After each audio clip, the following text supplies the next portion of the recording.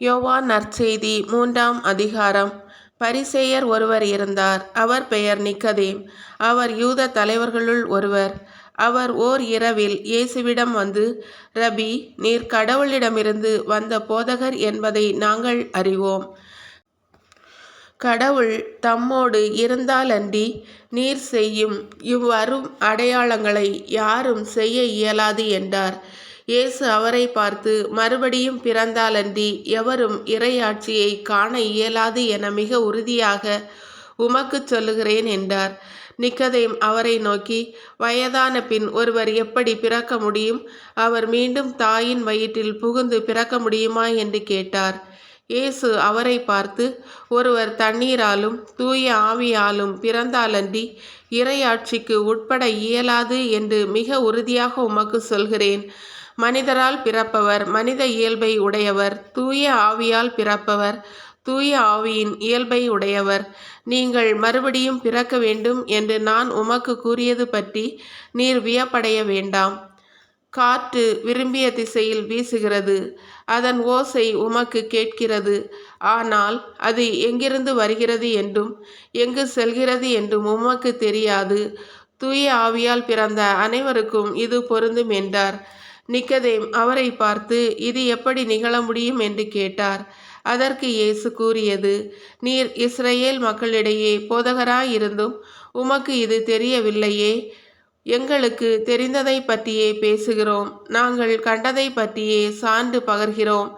எனினும் எங்கள் சான்றை நீங்கள் ஏற்றுக்கொள்வதில்லை என உறுதியாக உமக்கு சொல்கிறேன். மண்ணுலகு சார்ந்தவை பற்றி நான் உங்களுக்கு சொன்னதை நீங்கள் நம்பவில்லை என்றால், விண்ணுலகு சார்ந்தவை பற்றி சொல்லும்போது எப்படி நம்ப போகிறீர்கள்? விண்ணகத்திலிருந்து இறங்கி வந்துள்ள மானிட மகனை தவிர வேறு எவரும் விண்ணகத்திற்கு ஏறி சென்றதில்லை. பாலை நிலத்தில் மோசேயால் பாம்பு உயர்த்தப்பட்டது போல மானிட மகனும் உயர்த்தப்பட வேண்டும். அப்போது அவரிடம் நம்பிக்கை கொள்ளும் அனைவரும் நிலை வாழ்வு பெறுவர். தம் ஒரே மகன் மீது நம்பிக்கை கொள்ளும் எவரும் அழியாமல் நிலை வாழ்வு பெறும் பொருட்டு அந்த மகனையே அழிக்கும் அளவுக்கு கடவுள் உலகின் மேல் அன்பு கூர்ந்தார். உலகிற்கு தண்டனை தீர்ப்பளிக்க அல்ல, தமன் மகன் வழியாக அதை மீட்கவே கடவுள் அவரை உலகிற்கு அனுப்பினார். அவர் மீது நம்பிக்கை கொள்வோர் தண்டனை தீர்ப்புக்கு ஆளாவதில்லை. ஆனால் நம்பிக்கை கொள்ளாதோர் ஏற்கனவே தீர்ப்பு பெற்றுவிட்டனர். ஏனெனில் அவர்கள் கடவுளின் ஒரே மகனிடம் நம்பிக்கை கொள்ளவில்லை. ஒளி உலகிற்கு வந்திருந்தும் தம் செயல்கள் தீயனவாய் இருந்ததால் மனிதர் ஒளியை விட இருளையே விரும்பினர். இதில்தான் அவர்களுக்கு எதிரான தண்டனை தீர்ப்பு அடங்கியுள்ளது. தீங்கு செய்யும் அனைவரும் ஒளியை வெறுக்கின்றனர். தங்கள் தீ செயல்கள் வெளியாகிவிடும் என அஞ்சி அவர்கள் ஒளியிடம் வருவதில்லை. உண்மைக்கேற்ப வாழ்பவர்கள் ஒளியிடம் வருகிறார்கள். இதனால் அவர்கள் செய்யும் அனைத்தையும் கடவுளோடு இணைந்தே செய்கிறார்கள் என்பது வெளியாகும். இவற்றுக்கு பின்பு இயேசுவும் அவர்தம் சீடரும் யூதேய பகுதிகளுக்கு சென்றனர். அங்கே அவர் அவர்களோடு தங்கி திருமுழுக்கு கொடுத்து வந்தார். யோவானும் சலீம் என்னும் இடத்திற்கு அருகிலுள்ள ஐனோனில் திருமுழுக்கு கொடுத்து கொண்டிருந்தார். ஏனெனில் அங்கு தண்ணீர் நிறைய இருந்தது. மக்கள் அங்கு சென்று திருமுழுக்கு பெற்று வந்தார்கள். யோவான் சிறையில் அடைக்கப்படும் முன் இவ்வாறு நிகழ்ந்தது. ஒரு நாள் யோவானின் சீடர் சிலருக்கும் யூதர் ஒருவருக்கும் இடையே தூய்மை சடங்கு பற்றி விவாதம் எழுந்தது.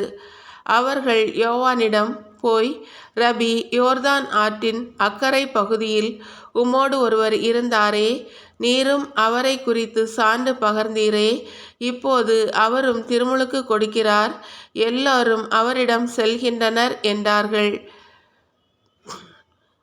யோவான் அவர்களை பார்த்து, விண்ணிலிருந்து அருளப்படாவிட்டால் எவரும் எதையும் பெற்றுக்கொள்ள முடியாது. நான் மெஸ்ஸியா அல்ல, மாறாக அவருக்கு முன்னோடியாக அனுப்பப்பட்டவன் என்று நான் கூறியதற்கு நீங்களே சாட்சிகள். மணமகள் மணமகனுக்கே உரியவர். மணமகனின் தோழரோ அருகில் நின்று அவர் சொல்வதை கேட்கிறார். அதில் அவர் பெருமகிழ்ச்சி அடைகிறார். என் மகிழ்ச்சியும் இது போன்றது.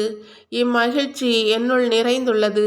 அவரது செல்வாக்கு பெருக வேண்டும், எனது செல்வாக்கு குறைய வேண்டும் என்றார். மேலிருந்து வருபவர் அனைவரையும் விட மேலானவர்.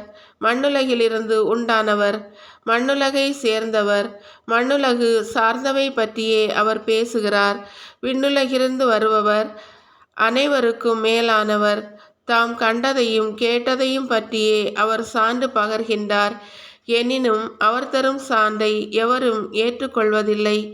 அவர் தரும் சான்றை ஏற்றுக்கொள்பவர் கடவுள் உண்மையுள்ளவர் என்பதை உறுதிப்படுத்துகிறார். கடவுளால் அனுப்பப்பெற்றவர் கடவுளின் வார்த்தைகளை பேசுகிறார். கடவுள் அவருக்கு தம் ஆவிக்குரிய கொடைகளை அளவின்றி கொடுக்கிறார். தந்தை மகன் மேல் அன்பு கூர்ந்து அனைத்தையும் அவர் கையில் ஒப்படைத்துள்ளார்.